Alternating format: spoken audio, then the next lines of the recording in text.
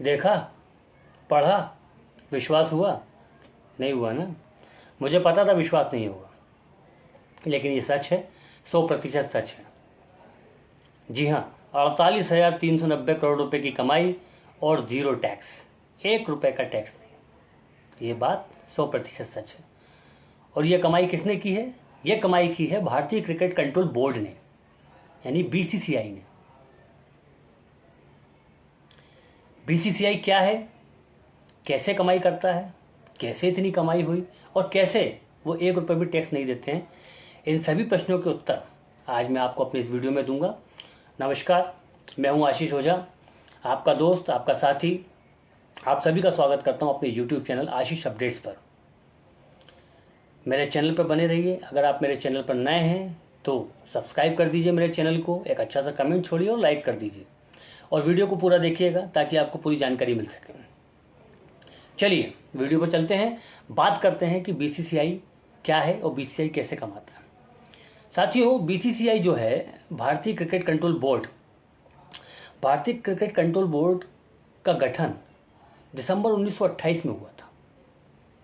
10 दिसंबर 1927 को दिल्ली में एक बैठक हुई थी जिसमें अलग अलग राज्यों के, पंजाब के, अवध के, उस समय जो राज्य थे, हरियाणा से, अलग अलग राज्यों से कई प्रतिनिधि शामिल हुए थे और इन्होंने इस बात पर सहमति बनाई थी कि क्रिकेट को प्रोत्साहन देने के लिए एक बोर्ड को बनना चाहिए, जो बोर्ड सभी राज्यों के क्रिकेट संघों का प्रतिनिधित्व करेगा।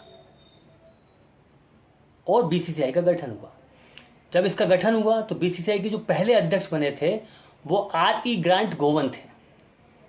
R.E. ग्रांट गोवन पहले अध्यक्ष बने और उसके जो पहले सचिव थे वो एंथोनी डी मेलो उसके सचिव बने सबसे पहले। इसके बाद बोर्ड चालू हुआ, बोर्ड रन हुआ और क्रिकेट की प्रमोशनल एक्टिविटी को लेकर आगे चला गया।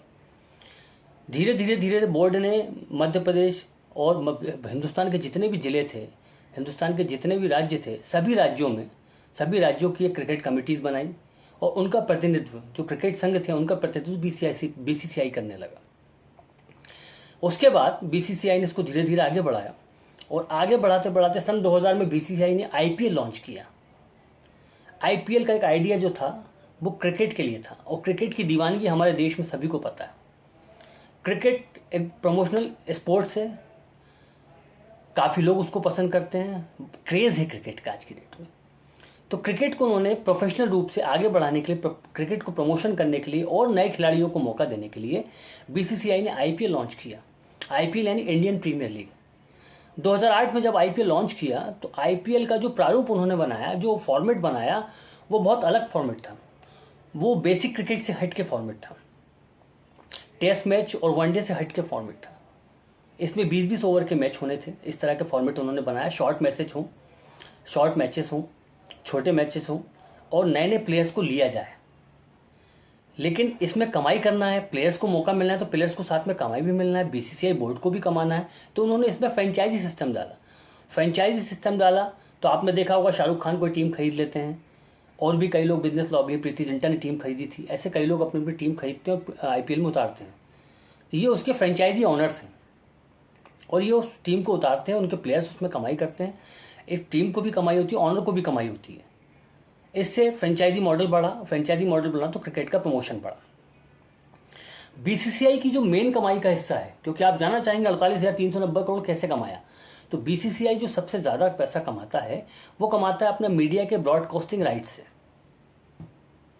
और उसके बाद जो सेकंड उसकी कमाई होती है सबसे ज़्यादा, वो होती है टाइटल राइट्स से। तो मीडिया के जो ब्रॉडकास्टिंग राइट्स से जब 2018 में लॉन्च हुआ था, उस समय सोनी टीवी, जो सेट मैक्स था, वो बहुत लॉस में चल रहा था। उन्होंने इसके राइट्स खरीदे और उस समय जब ये चालू हुआ था और सोनी टीवी में इसके राइट्स खरीदे थे सबसे पहले, तो वो खरीदे थे 8,200 करोड़ रुपए में। 2008 में सोनी टीवी ने इसके राइट्स 8,200 करोड़ में खरीद लिए थे।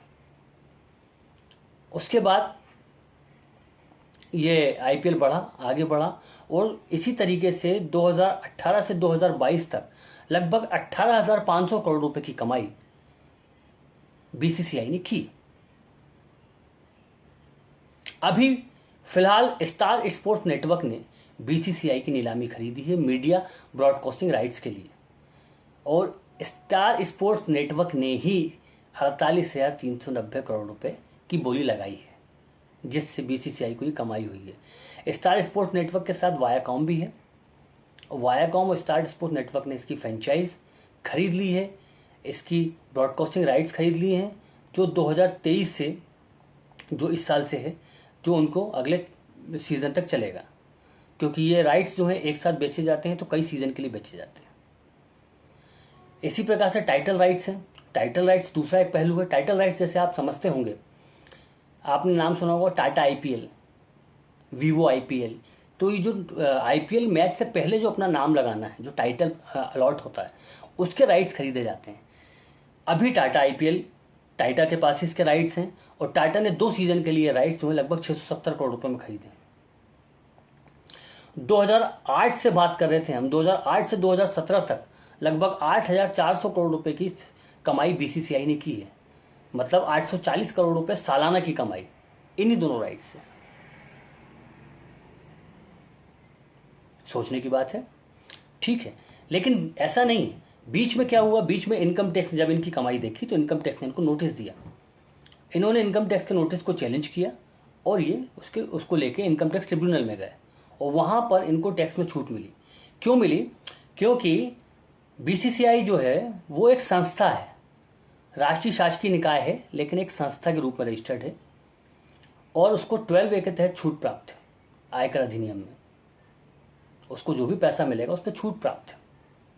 और जो ट्रिब्यूनल में जब ये गए तो उन्होंने आयकर विभाग के जवाब यही दिए कि हम चूंकि स्पोर्ट्स की प्रमोशनल एक्टिविटी करते हैं, हम स्पोर्ट्स को प्रमोट करते हैं, भले ही हम उससे पैसा कमा रहे हैं, लेकिन उसका उद्देश्य स्पोर्ट्स को प्रमोट करना है, स्पोर्ट्समैनशिप को प्रमोट करना है, स्पोर्ट्स की स्पिरिट को बढ़ावा देना है, इसलिए हमको टैक्स से छूट मिलना चाहिए। और उनको वो छूट मिली। धारा आयकर अधिनियम में जो 12A की धारा है उसमें छूट प्राप्त होती है, एनजीओ को, संस्थाओं को बिल्कुल छूट मिलती है, लेकिन वो दान राशि पर मिलने वाली छूट होती है। प्रमोशनल एक्टिविटीज़ के लिए हिंदुस्तान में छूट मिलती है। ये आईपीएल में देखने को मिला और उन्होंने ट्रिब्यूनल से इस केस को जीता। इतनी कमाई करने के बाद में आज तक वो काम कर रहे हैं। आश्चर्य की बात यह है कि आपको, मुझको, हर एक आम आदमी को टैक्स देना है, हर चीज़ पर टैक्स देना है। आपको कोई टैक्स माफ़ नहीं है। आप सरकार का प्रमोशन कर रहे हो, आप कोई और काम कर रहे हो, आपको सामान खरीदना है, आपको हर चीज़ का टैक्स देना है। लेकिन एक संस्था, शासन की संस्था है, शासन की सोसाइटी है, 48,390 करोड़ रुपये सिर्फ एक चीज़ से कमाती है और कोई टैक्स नहीं देती है। सोचने का विषय है। चलिए आगे बात करते हैं। ये 2 राइट्स तो हो गए, ब्रॉडकास्टिंग राइट और टाइटल राइट्स। इसके अलावा जहाँ भी मैचेस होते हैं तो टिकट्स वगैरह में भी हर मैचेस में लगभग 2 से 5 करोड़ रुपए की कमाई इनकी होती है। ये बड़े राइट्स के अलावा ये लोकल चैनल्स पे कमाई की बात कर रहा हूँ। टिकट से कमाई होती है, टी शर्ट, लोअर, टोपी, बैचेस, इस तरह की जो जिस पे नाम प्रिंट होके आते हैं वो स्पॉन्सरशिप मिलती है। छोटे स्पॉन्सर्स इसको स्पॉन्सर्स करते हैं और स्पॉन्सरशिप से भी इनको पैसा मिलता है। जो टाइटल राइट और मीडिया के ब्रॉडकास्टिंग राइट से जो कमाई होती है उसका 50% हिस्सा जो है वो बीसीसीआई रखता है और 50% जो है वो टीम के पास जाता है, यानी फ्रेंचाइजी ऑनर के पास जाता है। उसी प्रकार से सभी कमाई में लगभग हिस्सा जाता है। ये लोकल स्पॉन्सर्स के अलावा और भी कई तरीके हैं जिसमें बीसीसीआई की कमाई होती है।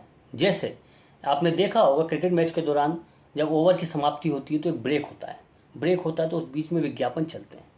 तो ये विज्ञापन ऐसे ही नहीं चल जाते हैं। ये 15 सेकंड का विज्ञापन, 10 सेकंड का विज्ञापन कम से कम 15 लाख रुपए का होता है।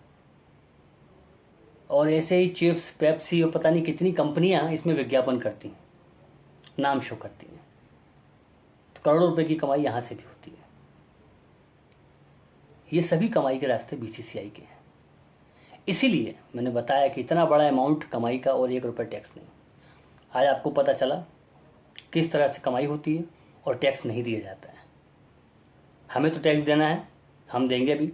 हम भारत के नागरिक हैं, हमारी नैतिक जिम्मेदारी देश को आगे बढ़ाना है, टैक्स देना है, हम बिल्कुल टैक्स देंगे। लेकिन यहाँ टैक्स नहीं है तो मुझे लगता है कि एक बार हमारी सरकार को सोचना चाहिए कि इतनी कमाई के बाद जहाँ आम आदमी टैक्स दे के मारा जा रहा है उस आदमी को राहत देने के लिए इतनी बड़ी संस्थाएं जो 48,390 करोड़ रुपए कमा रही हैं, इनको कोई टैक्स नहीं, इनको भी टैक्स लगना चाहिए। और एक और बहुत ज़रूरी बात बताता हूँ, ये 48,390 करोड़ का बजट ऐसा ही नहीं है।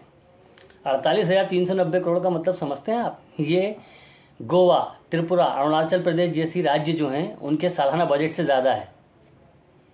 ये LIC और पेटीएम जैसी बड़ी कंपनियों के IPO से बहुत ज़्यादा बड़ा अमाउंट है। BCCI अपनी जगह कमाई करे, हम क्रिकेट देखें, हम इंजॉय करें, लेकिन सरकार जहाँ BCCI को कमाई पर राहत दे रही है वहाँ आम आदमी को भी राहत मिले, ऐसा मैं सोचता हूँ। आगे अगले वीडियोज़ में आपको और नई जानकारी मिलेगी। आज की अपडेट यही है। मेरे इस चैनल आशीष अपडेट्स पे बने रहिए नई अपडेट्स के लिए। और किसी अन्य विषय पर अगर आपको जानकारी चाहिए तो मुझे मैसेज करें, मैं अवश्य उसका जवाब दूँगा। धन्यवाद, नमस्कार।